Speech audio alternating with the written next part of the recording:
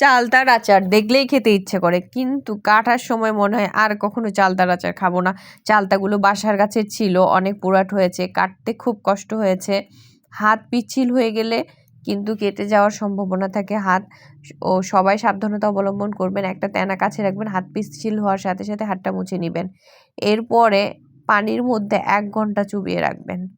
ভালো মতো করে কষলিয়ে কষলিয়ে ধুইতে হবে। উপরে কালো টাইপের একটা লেয়ার থাকে অনেকদিন গাছে থাকার ফলে, সেটা উঠে যাবে। এরপরে দিয়ে দিলাম গরম পানিতে।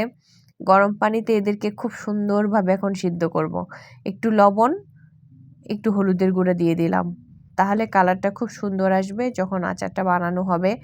আমি এতগুলো বানাবো না, কিছু আমি ভাপ দিয়ে ডিপে রেখে দিব। আপনার যখন খুশি তখন কিন্তু বের করে আচারটা বানাতে পারবেন, যখন চালতা থাকবে না।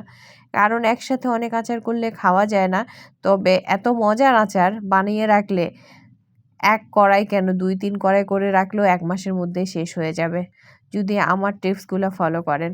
আচার বানানোর সময় অবশ্যই একটু খেজুরের গুড় দিয়ে দিবেন, আচারের ঘ্রাণ অনেক ভালো হবে। কিছুটা বিট লবণ দিবেন এবং শেষে মশলা একটা দিবেন, যেটা আমি 5 ফোড়ন, রাঁধুনি দিয়ে বানিয়েছি।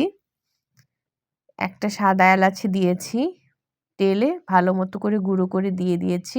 এরপরে হালকা আঁচে ভাজতে থাকবেন, ভাজতে ভাজলে খুব সুন্দর একটা সোনালি কালার চলে আসবে। খাওয়ার জন্য পারফেক্ট রেডি।